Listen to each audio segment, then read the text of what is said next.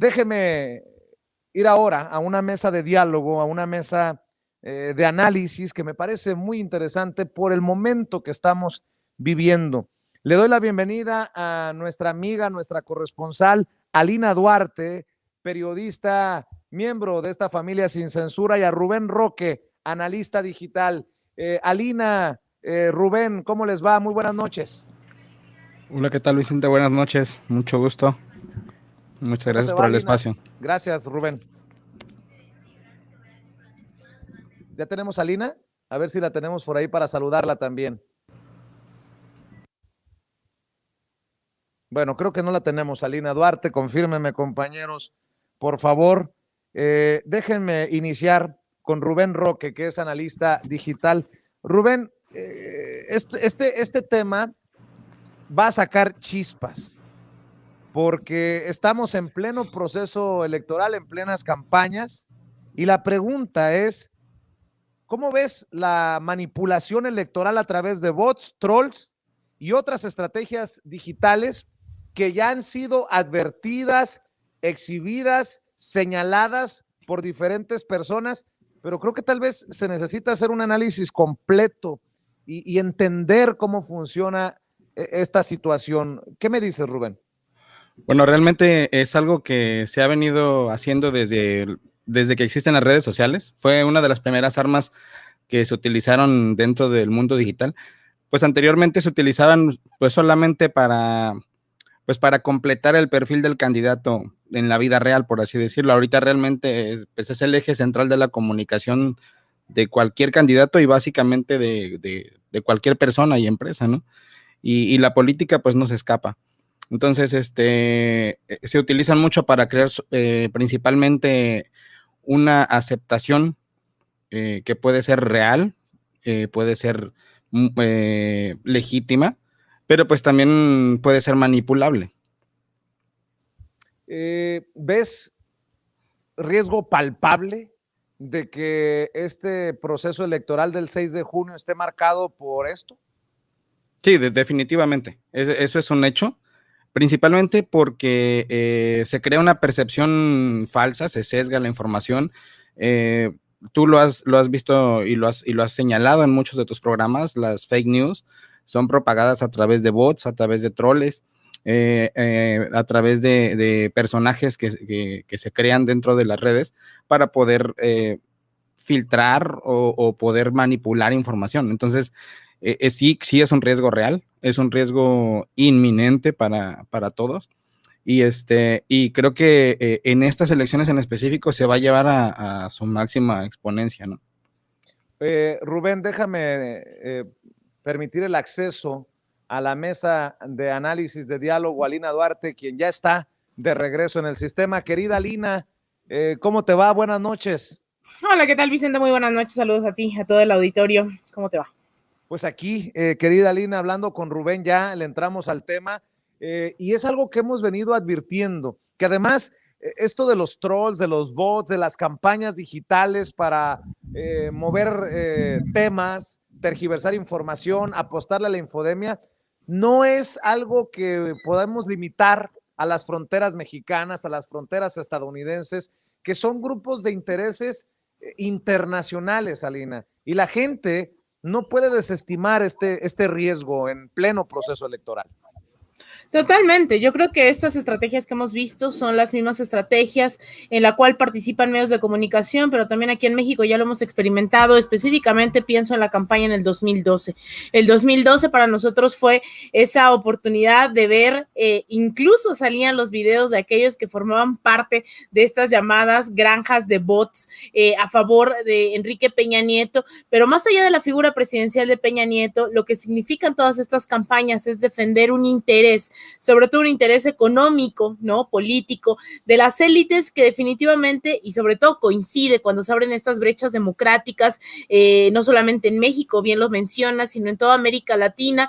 Pues una de las estrategias es denostar a ellos, a todos estos procesos que representan a las clases populares, a las y los históricamente oprimidos. Estas campañas no solamente son en contra de liderazgos, sino son en contra de partidos, incluso se activan En el caso de golpes de Estado, por ejemplo, en el 2009 hubo una campaña muy amplia también en torno a Manuel Zelaya, pero ya más avanzado, sobre todo recientemente en el golpe de Estado en Bolivia, vimos cómo se trató de posicionar internacionalmente la narrativa de que había habido un fraude electoral y no un golpe de Estado.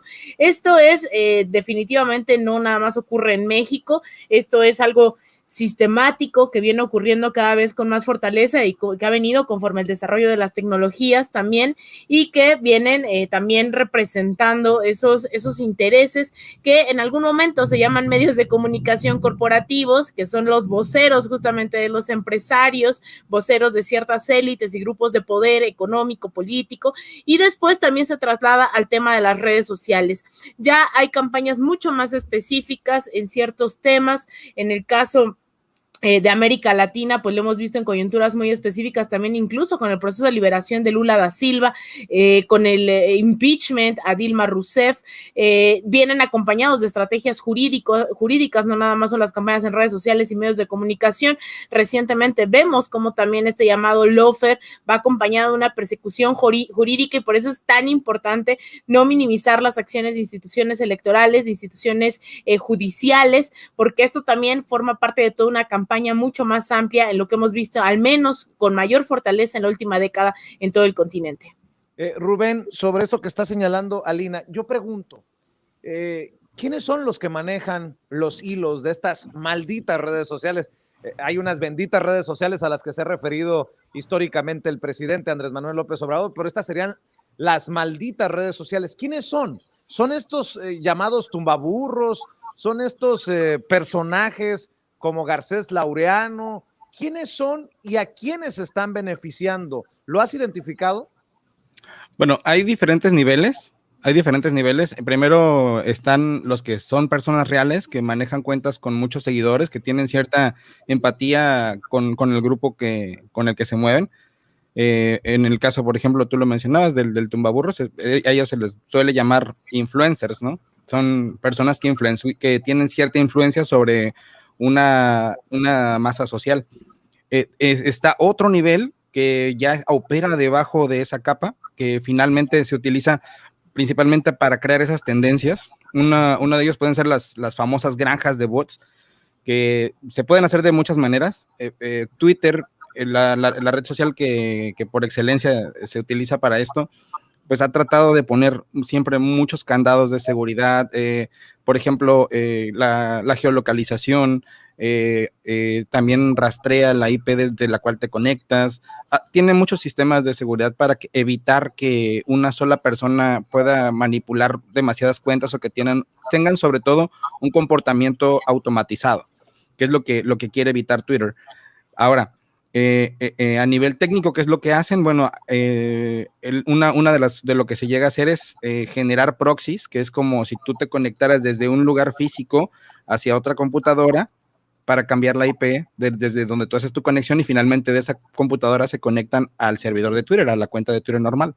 Eso lo hacen, lo pueden hacer a través de proxies. Los proxies los puedes encontrar gratis en internet. Puedes encontrar listas de proxies, tú puedes buscar en Google listas de proxies de diferentes países o estados de la República, y vas a encontrar una lista enorme de proxies, que son direcciones IP para mentirle a Twitter y que Twitter piense que estás conectándote desde otro punto geográfico. También está la otra parte, y es algo que va encadenado a un tema que ha causado polémica en estas semanas, que es precisamente el registro de las líneas telefónicas, ¿no? Y este es un uso que se le da. Tú aquí en México tienes la facilidad de ir a un Oxxo, a cualquier tienda de conveniencia, y comprar un chip de Telcel, y puedes tener un equipo conectado a una red celular con una IP específica para ese equipo, y poder tener una o varias cuentas dentro de ese equipo, y tener así, como ese equipo, tener 5, 10, 15, 20, 100 equipos, ¿no? Entonces, esa es otra manera. Antes de ir nuevamente con Alina, yo te pregunto, Rubén, ¿en dónde has advertido la presencia de estas campañas? Porque me imagino que han de salir muy caras. ¿Ya te has dado cuenta en alguna contienda en particular, con algún personaje en particular que estén usando esto? Sí, bueno, hace unos días se dio un caso aquí en Tabasco, y esa parte de allá donde iba es un poco a menor escala, pero es algo que se está haciendo. De entrada, se reportaron en las redes que estaban inflando las cuentas de un candidato aquí en Tabasco. Pues yo me puse a checar, me puse a indagar en el tema y empecé a checar que en efecto había cuentas de España, de Colombia, de Argentina, de Paraguay, o sea, de todas partes de Centroamérica, principalmente Sudamérica y en específico de Argentina. Ahora, te comento cómo funciona esto. Más allá de que pues hay muchos intereses, esta práctica es la más, por así decirlo, obvia y barata, ¿no? ¿Cómo funcionan este tipo de compra de likes? Hay unas páginas, te voy a dar un ejemplo, hay una página que se llama admifast.com, tú puedes entrar en esa página y tú puedes comprar puntos. Esos puntos tú los cambias por acciones que hagan los usuarios. Entonces tú puedes decir, bueno, yo le voy a dar 5 puntos a cada usuario que me retuitee este tweet o que siga esta cuenta. Entonces así es como empiezan a inflar cuentas, pero la desventaja es que pues son cuentas que generalmente están fuera del país porque en México no tiene tanto uso, ¿no?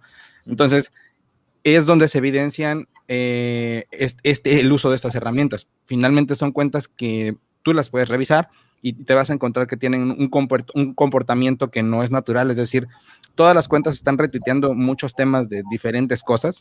Obviamente, como ellos dan de alta su cuenta y la ponen a retuitear automáticamente, no saben qué fue lo que retuitearon, por eso es que se encuentran que las cuentas que se meten a este tipo de programas retuitean de repente cosas como política en un país en el que no viven.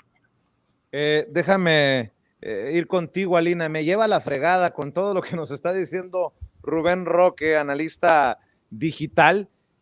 Pues pobre México, que podría estar, si no nos ponemos truchas, en esa situación de si las televisoras generaron a un telepresidente, como le llamaría Genaro Villamil a Peña Nieto, pues ahora las redes sociales serían tan importantes o más importantes que los políticos anden en la calle o en los barrios, porque en las redes sociales podría ganarse o perderse una elección de ese tamaño.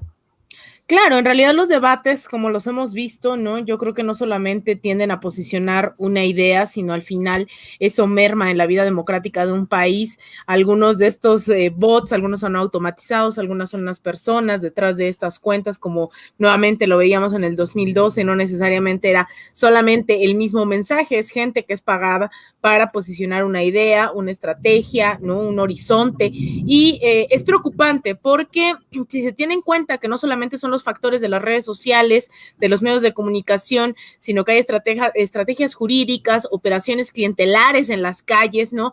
Todo eso va generando todo un caldo de cultivo para atacar, ¿no? Los cimientos, sean sólidos o no, de nuestra democracia.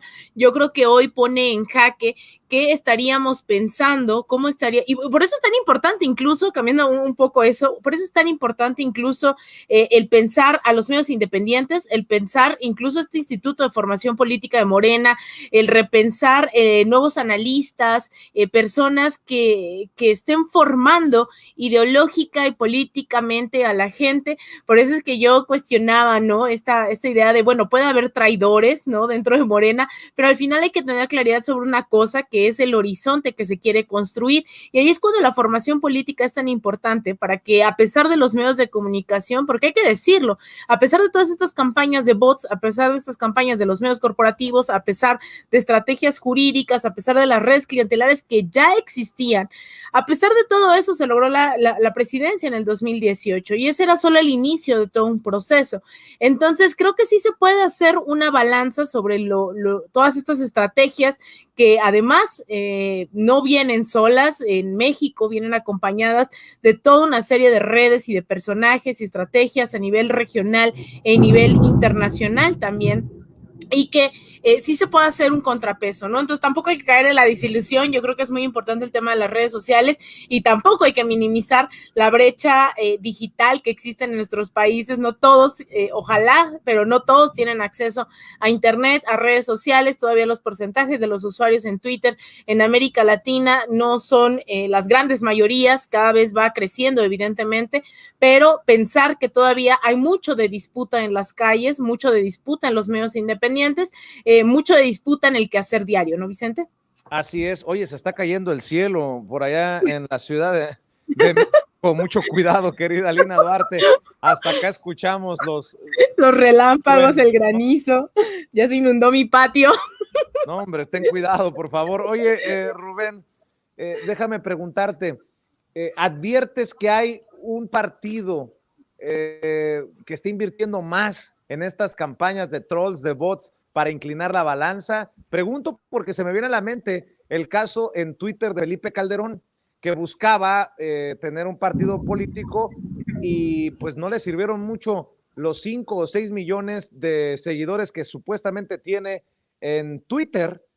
No tuvo ni medio millón de personas que se afiliaran a México Libre, lo que me hace pensar que el panista o expanista le esté inflando precisamente a su cuenta de Twitter.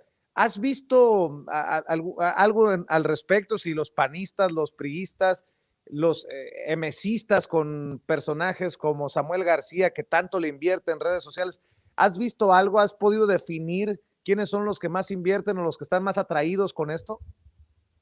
Sí, definitivamente una de las principales fuerzas en internet es el PRI. Nada más hay que echarle un ojito a la cuenta de Lito Moreno para discernir y empezar a ver comportamientos sistemáticos, automatizados. Es una de las principales cuentas que están un poquito más trabajadas con algunas granjas de troles. Bueno, tomando el caso que comentabas hace un momento, el mismo Carlos Melo, hace unos años le hicieron un reportaje de Vice News, donde él prácticamente te decía cómo operaba las granjas de troles para el PRI.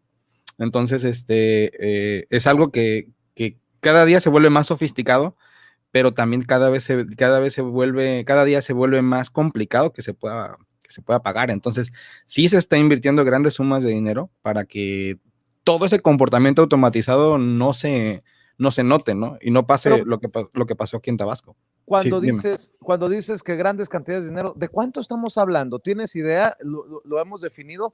Porque dice, por ejemplo, el Tumbaburros, cuando lo entrevisté, que él cobraba 20,000 pesitos por asesorar a cada político panista. Pues 20,000 no es gran cosa, pero ¿has definido cuántos están gastando?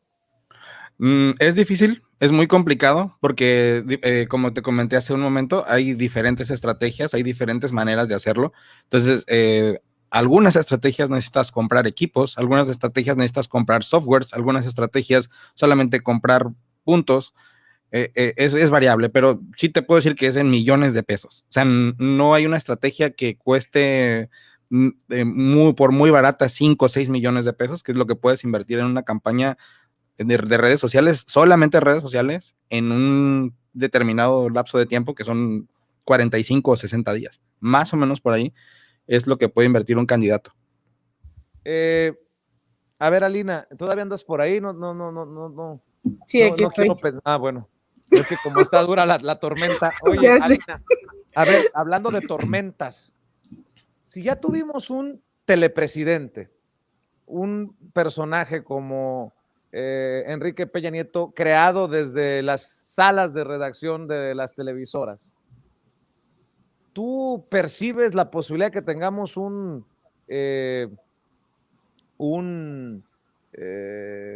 gobernador de redes sociales que salga precisamente por lo que se haga de redes sociales? ¿Tú ves alguna posibilidad? ¿Tú has percibido a uno de estos candidatos que digas, este?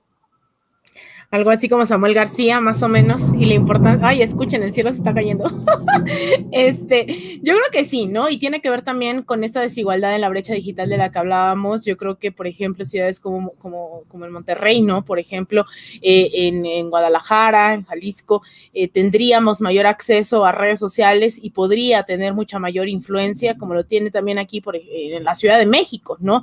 Es decir, también hay que tener claro que no se puede pensar en algo homogéneo, en una misma medida para todos los candidatos, las candidatas, y el ejemplo más claro ahorita, por ejemplo, es en Perú, en donde el candidato presidencial que ha ganado la primera vuelta y que va por 20 puntos encima de Keiko Fujimori, la hija del expresidente Fujimori, ni siquiera tiene redes sociales, ¿no? Y eso habla mucho también de cómo las campañas se han llevado a cabo en las calles, en lo rural, no necesariamente en plataformas digitales que responden también generacionalmente a los millennials o a lo que hoy se les llama pandemials, ¿no? Centennials, estas generaciones que consumen mucho más contenido dentro de las redes sociales. Esto también ya lo vimos dentro incluso de Morena, ¿no? De las candidaturas cuando en su momento se estaba compitiendo para la dirigencia.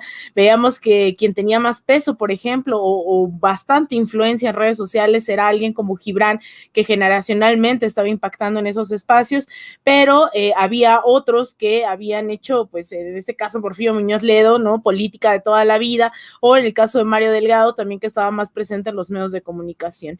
Entonces yo creo que no hay que verlo solamente como un hecho aislado, el tema de las redes sociales, el tema de los bots, sino cómo estos se ven solidificados o se ven apoyados en otras estructuras que tienen que ver con medios de comunicación. Eso yo creo que no deja de pesar, ¿no? A pesar del crecimiento de los medios independientes, de las redes sociales, de la influencia que estas tienen hoy en México, creo que es innegable que todavía hay gente que consume bastante el radio cuando va en el automóvil, en el transporte público, que de vez en cuando está viendo en los espacios públicos el acceso a televisión. Entonces va acompañado no solamente de bots y redes sociales, sino de estrategias que, yo insisto, es más preocupante aún cuando no solamente se trata de bots, no solamente se trata de medios de comunicación, sino que se tienen instituciones, en este caso un órgano, el máximo órgano electoral, el máximo órgano de tribunal, ¿no? Electoral, respondiendo a ciertos intereses, y que esas narrativas pues van respaldadas por campañas en redes sociales, por bots, pero también en medios de comunicación. Así es. En la última ronda, déjame preguntarte, Rubén Roque. Menciona Alina Duarte el caso de Samuel García, que está definido, porque lo hemos visto, lo hemos exhibido en redes sociales, la gran cantidad de dinero que invierte en publicidad en redes sociales. La inversión de publicidad en redes sociales va de la mano de estos esquemas de los que estamos hablando, o una cosa es la inversión en publicidad y otra cosa es esto de trolls y bots para mover tal o cual tema y beneficiar a tal o cual personaje.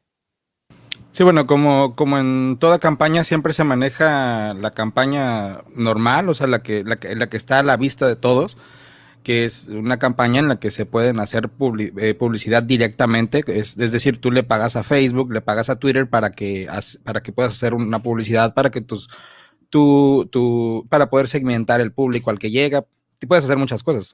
Esa pues es lo más normal y pues está permitido, ¿no? Por otro lado, también es crear la percepción. Se ha visto en muchos casos, ¿no? Que Twitter es una guerra para saber, para colocar todos los días un trending topic en contra o a favor de algún actor político. Y lo digo con todas sus palabras. Twitter se utiliza todos los días para denostar al presidente, ¿no? Todos los días están tratando de posicionar temas para insultarlo, para lo que sea, ¿no? Entonces, precisamente el uso que se le ha dado es crear una campaña de percepción y ser cuarto de guerra, básicamente. Entonces, oye, déjame abordar antes de que se me pase, querido Rubén, no sé si tú tengas en el radar el tema de Tabasco, sí. porque me llamó mucho la atención que la campaña, ¿de quién es la campaña? De Andrés Granier. Andrés Granier, así es. En la campaña de Andrés Granier hay mucha gente con cuentas de 100 seguidores o menos, algunos de Venezuela, otros de diferentes, de Chile, de diferentes lugares, retuiteando. Me llamó mucho la atención, retuiteando un mensaje o varios mensajes de Andrés Granier. Dice, un buen líder no manda, pero sí enseña, inspira y muestra el camino correcto. ¿Y qué tendría que estar alguien de Chile o de Venezuela? Digo, con mucho respeto, retuiteando a un candidato que quiere ser presidente municipal de Centro Tabasco. Me llamó mucho la atención. ¿Ya lo tenías en el radar esto, Rubén? Así es, sí. De hecho, era el candidato al que me refería hace un momento. Sí, en efecto, es una campaña hecha con esas páginas que te describí hace un momento, en la que tú te metes, compras puntos y te retuitea gente de todo el mundo, ¿no? En este caso, pues lo segmentaron a Sudamérica. Si tiene suerte y el usuario no puso su ubicación, pues qué padre, ¿no? Porque puede pasar un poco más desapercibido. Aún así, hay montones de cuentas que no tienen ubicación, pero que casualmente retuitean de muchos temas y de manera aleatoria, pues también retuitearon el mensaje del candidato, ¿no? Entonces, eso sucede con ese tipo de campañas baratas, ¿no? Es una campaña, vamos a llamarlo así, tú inviertes 2,000, 3,000 pesos, que a lo mejor no necesariamente los invirtió el candidato, a lo mejor le está pagando, lo más seguro es que le esté pagando una agencia. Y esa agencia realiza este tipo de acciones. Finalmente, pues por querer ayudarlo, lo perjudican, pero también ponen en evidencia el actuar, ¿no? de estos personajes. ¿Qué le dices a la gente para despedirnos, Rubén, ante esto de las malditas redes sociales que podrían estar utilizando para mover temas políticos con bots y trolls, personajes, agencias, partidos? ¿Qué le dices a la gente? Pues que indaguen, que siempre se mantengan pendientes de las noticias reales, porque el principal objetivo de esto es confundir a la gente, que no vea la realidad, ¿no? Entonces, que siempre indaguen, que chequen sus fuentes, que vean que las cuentas donde están obteniendo información son las reales, y que si ven un comportamiento automatizado o que sistemáticamente está atacando a alguien por algún motivo, que chequen, porque detrás de todo eso siempre hay este tipo de actividades. Alina, ¿con qué reflexión te terminarías tú esta noche? Definitivamente, yo creo que la importancia, nuevamente, no solamente de las redes sociales, porque también hemos visto parcializadas las actitudes de Facebook, de Twitter, cuando son escenarios en favor de los intereses o no del bien común. Por ejemplo, yo estoy pensando mucho cuando se trata de hablar de Palestina, vienen y te bloquean tu cuenta, pero no cuando alabas a los militares de Israel en el golpe de Estado. Igual, varias veces suspendieron mi cuenta y la de muchos compañeros al estar denunciándolo. Es decir, también tener en cuenta que las redes sociales, sean benditas, sean malditas, toman postura, los dueños al final son empresas y eso hay que tenerlo muy, muy presente, pero sobre todo, pues nuevamente agradecer. Yo creo que este es el eterno agradecimiento al público de Sin Censura, que al final tiene esta necesidad de buscar otros contenidos, de buscar otros análisis, y a veces concordaremos o no, pero aquí están y están escuchando estas otras versiones que difícilmente van a ser puestas en los medios de comunicación, o eso, ¿no? Que no pasan sin censura, no como en las redes sociales, que a veces te bloquean, te hacen eliminar tweets, te hacen eliminar posts, tienes que asumir una serie de reglas que no necesariamente, yo diría, son democráticas. Entonces, llamar a que se sigan informando, a que sigan siendo partícipes de la vida pública, y también a salirse, ¿por qué no?, de las redes sociales, a estar en las calles, a organizarse. Yo creo que eso sería la prioridad hoy en día en este debate, de no caer solo en una narrativa, de no caer solo en una concepción, ¿no?, sino de disputarla, pero también viendo qué hay fuera de las redes sociales, porque a veces también se peca mucho de quedarse en esos espacios, cuando a veces la realidad fuera de ellas es totalmente distinta. Querida Alina, ¿dónde te buscan? ¿Dónde te apoya la gente, además de verte y escucharte los domingos de 1 a 2 de la tarde en Sin Censura TV y Sin Censura Media. Muchas gracias, Vicente. Pues yo les invito a que me sigan en Twitter, en @AlinaDuarte_, en Instagram, _Alina Duarte, en Facebook.com/Alina Duarte Periodista, y en mi canal de YouTube también Alina Duarte, y claro está, los domingos de 1 a 2 en Sin Censura. Te mando un abrazo, muy buenas noches, Vicente. Saludos a ti y a todo el auditorio. Claro que sí. Y Rubén Roque, ¿a ti dónde te encuentran? A mí me encuentran en Twitter como Rubén Roque MX, ahí estoy las 24 horas del día. Muy bien, Rubén, Alina, muchas gracias. Buenas noches, les mando un abrazo a ambos y seguimos Igualmente. aquí Hasta luego. Sin Censura.